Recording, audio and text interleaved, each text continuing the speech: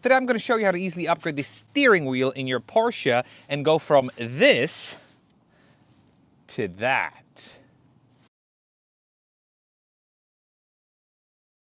And even though today I'm installing this wheel on my 911, the way you replace Porsche steering wheels is pretty much the same. Also, Porsche steering wheels are interchangeable. So a 911 wheel fits a Cayman or fits a Cayenne. I bought this wheel from keys.com. They recently entered a new venture where they custom make these wheels to whatever specifications the customer desires. In my case, I wanted the OEM GT diameter wheel, so the smaller diameter. You can also get the bigger one, but my T has the smaller diameter, same thing as in a GT3, so that's what I wanted. I wanted OEM thickness. I wanted matching stitching to all the yellow accents that I have in the car.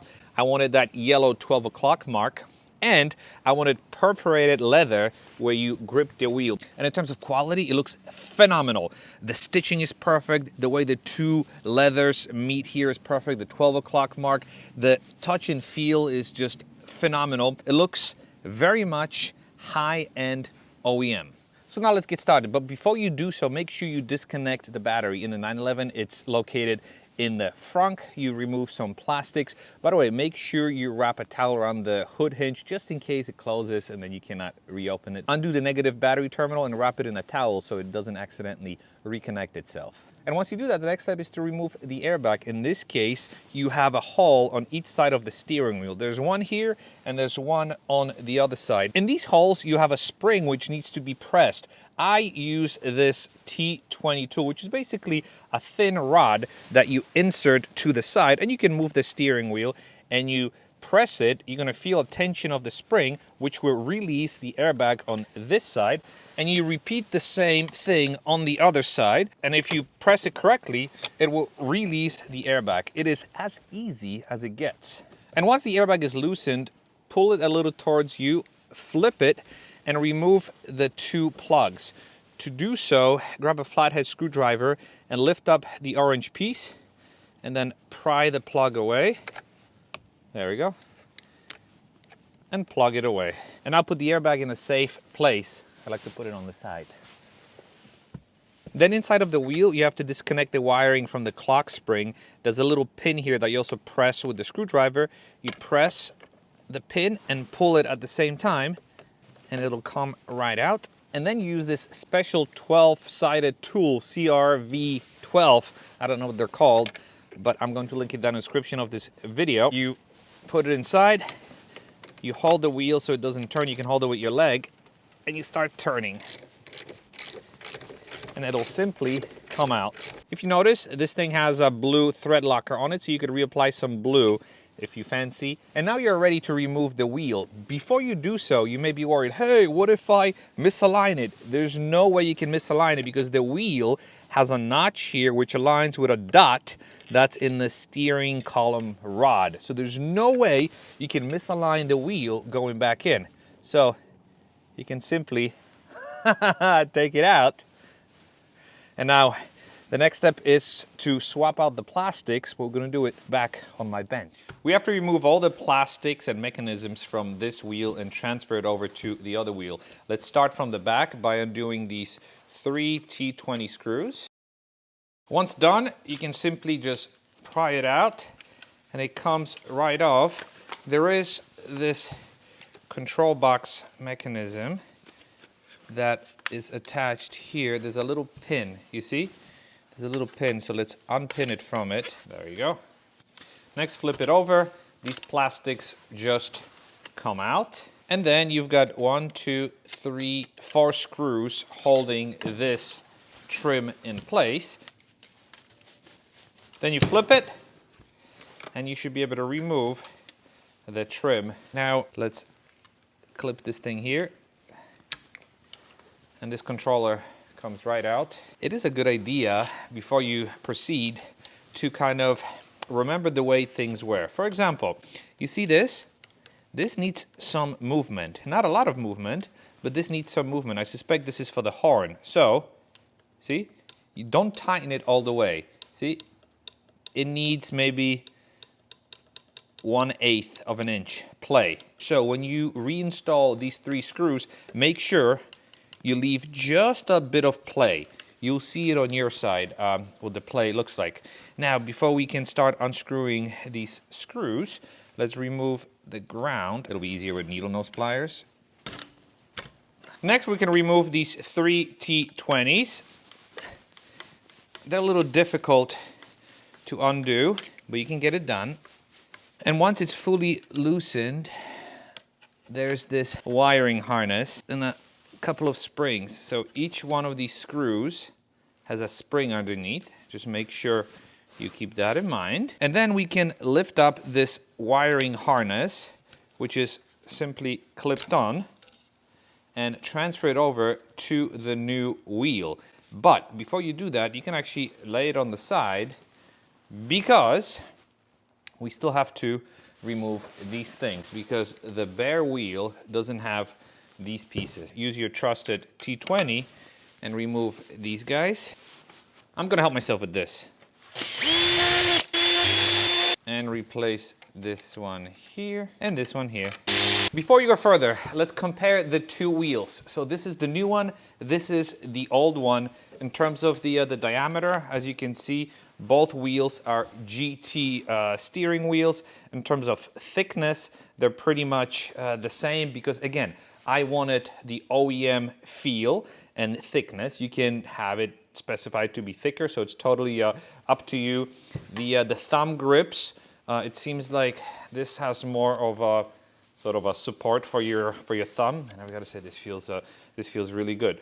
But yeah, we transferred it over, so this now can be set aside, and we can start piecing it back together, which is pretty much reverse of removal. And let us start with the harness. Click, click, click. By the way, I broke this off by accident, so I'm just gonna attach an extension to it. I just happen to have one. I guess this is brittle, so in the spirit of all honesty, I'm just gonna attach these things here and just make myself a little extension. And just like that, it is done. Let's put the screws in. So there's a spring that goes here, and then you can tighten it. So repeat the same thing on all 3 of them. Make sure you've got clearance everywhere. I think we got it. Now we can plug these ground wires. This one goes here. That's the one that I fixed. And this one goes there. These wires, by the way, will not get used because this is for a heated steering wheel, which I do not have. Next, I can move this cover up here. Let's plug in this one. By the way, remember this was in the bottom one. I totally didn't go back to review the footage, which slot it was in. Yep, so it's plugged into the bottom one. Let's put this cover back on. We're gonna route the wires this way, flip it upside down, and install my mode selector. Let's hand tighten it at the end. Then I'm gonna grab these wires and keep them out of the way. This is again for the heated steering wheel that I do not have the functionality for, but maybe we'll figure it out one day how to do this. So that's why I'm not cutting the wires. I could easily cut them, but I won't. Now let's get this thing attached. See, there's a little ledge that this thing sits on. Let's get the plastics in place. Let's start with this one because this guy clips into here. We almost forgot. These things get squeezed in here. And same thing on this side. This gets squeezed in. You take the bottom piece, there's a little guide at the bottom. You slide it in, kind of clicks in place. And now this whole back is holding this whole plastic assembly in place. So drive the last 3 screws in. And just like that, we are ready to install it in the car. Oh, by the way, I was able to tuck the heated steering wheel wiring right under here. So no need to cut anything. You can just tuck it right there and it'll be okay. And we're back in the car. There's nothing else to do but to install it. And it's pretty straightforward. See, everything here aligns. And it is as easy as pushing the clock spring back in. Everything clicks in place. Cool. All right, let's tighten everything in place. And last but not least, there's our famous airbag. It is super straightforward. Stick it in, bam. Stick it in. Make sure nothing interferes with the wires, and let's click it in. Oh man, wow. Before we do anything, I just wanted to say that all new leather I treat with this leather protector. I don't need to clean it because it's a brand new wheel, but this is the leather protection cream that I use. It is especially important when, whoa, nothing landed on the seat. It is especially important when you have your new wheel installed, so you protect it from those oils. And this really keeps the wheel, and not only the wheel, but all my leather components nice and clean, but also not shiny. Keeps it nice and matte.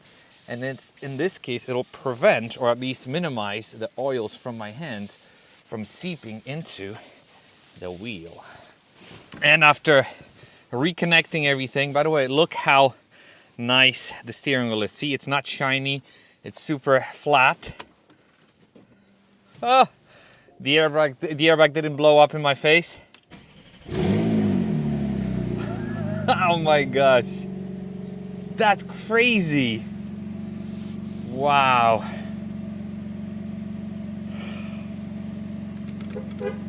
It works. All right. Jeez, what a difference. Every time you disconnect the battery, your automatic windows get reset. So see, one press doesn't work. To reset it, so you hold the button. When it reaches the bottom, you release it and you press the button again. Then you do the same thing going up. Hold the button. When it goes up, release and press it up again. And now your automatic windows work again. And we're done. This is such an amazing upgrade. And when you think about it, the steering wheel is your main point of contact, aside from your butt, with the car. So having a proper steering wheel, it is absolutely important. I love how all the yellow stitches now match throughout the car, between the shifter, the wheel, the door panel, the seats, the dash, even the thing behind the wheel that I upgraded. I love that 12 o'clock notch. I love the feel of the perforated leather. If you're interested in getting one for yourself, I'm gonna link all the info down in the description of this video. And as I mentioned in the beginning, you can customize the wheel any way you like it.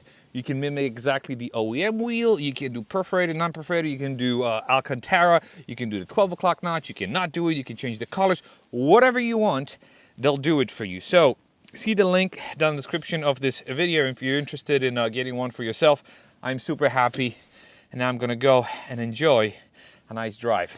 Thank you for watching. If you have any questions or comments, leave them down below. As always, I'll answer every single one of them, and I will see you in the next video. Bye-bye.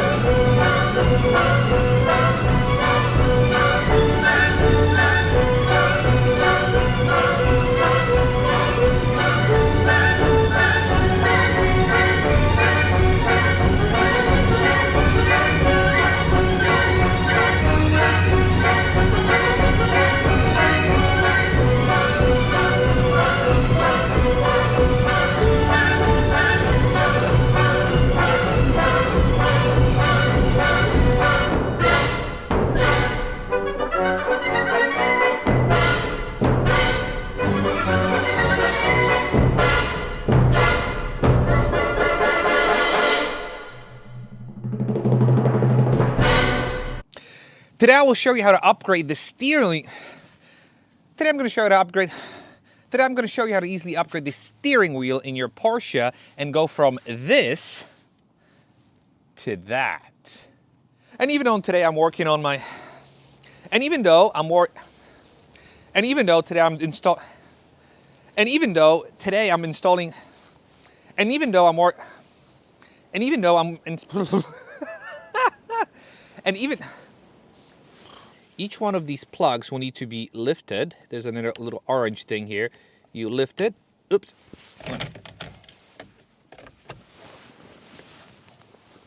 A few minutes later. And once the airbag is loosened, put it, and once the airbag is loosened, pull it a little towards you, flip it, and remove the two plugs. To do so, grab a flathead screwdriver and lift up the orange piece